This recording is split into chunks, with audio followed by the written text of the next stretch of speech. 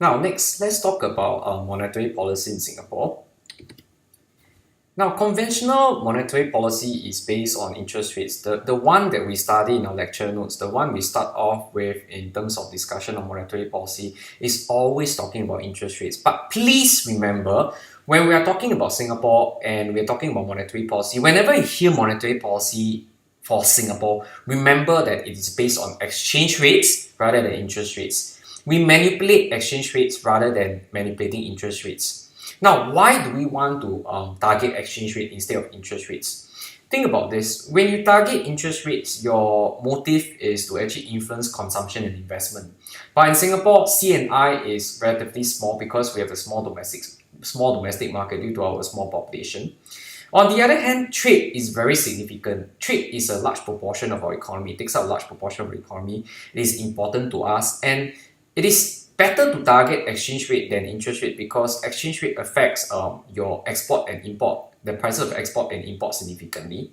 So the other thing is that in a small and open economy, if we target interest rates, it will lead to large inflow and outflow of hot money, which will lead to significant fluctuation of exchange rate. If our exchange rate appreciates too much or it depreciates too much, it's not good for us. Why?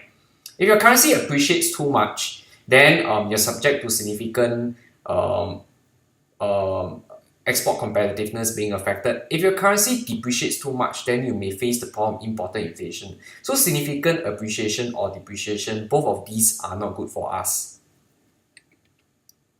So because of that, when we talk about monetary policy, we always refer to this BBC principle. What is BBC? BBC stands for basket, band, and crawl. You must remember these three principles of how we manage our monetary policy.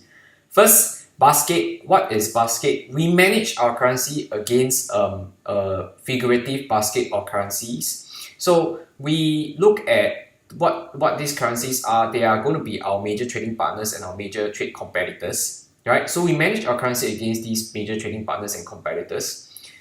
Next, we look at band. The second B stands here for band. And this band means that there is an upper limit and lower limit. Think of this in terms of a price floor and price ceiling. So we allow our currency to fluctuate as long as they're within these bands. Now we don't know what these bands are, but the MAS will bring the Sing dollar back to within the bands if your Sing dollar appreciates or depreciates too much. So this band is currently undisclosed. Next, we have a crawl function whereby your Sing dollar is continually assessed, usually twice a year, to make sure that they are aligned with economic fundamentals, which means to say that every half a year we will review, whether what we want to do with our currency. Do we want to actually adjust the slope of the band? Do we want to actually recenter the currency, the Sing dollar? And this is subject to what the economy is facing at a particular point in time. Now, for a good 2 years, our monetary policy has been based on what we call a 0% appreciation. This happened in 2016 and 2017. Why did we carry out a 0% appreciation? That is because we were going through a period of deflation whereby prices in Singapore were falling. We usually carry out appreciation, but in times where we don't face inflation, it doesn't make sense for us to carry out an appreciation policy. So we switched to a 0% appreciation because we don't want to carry out appreciation because there was no inflation, but we don't want to carry out depreciation either, because if we carry out depreciation, it may cause actually imported inflation and it will cause cost of living to increase. Right, so because inflation was not a significant problem and there was a weak global demand that was affecting our exports, we switched to a 0% appreciation in 2016 and 2017. But our usual stance is always to carry out a modest and gradual appreciation of the Sing dollar. Why do we want the Sing dollar to appreciate over time? The main thing is price stability, where we want to curb inflation. A stronger Sing dollar makes imported goods cheaper, so it deals with imported inflation. And because Singapore uses a lot of imported inputs since we don't have raw materials, we don't have natural resources, so when the imported inputs become cheaper, it will also lower your cost of production, which will reduce cost push inflation.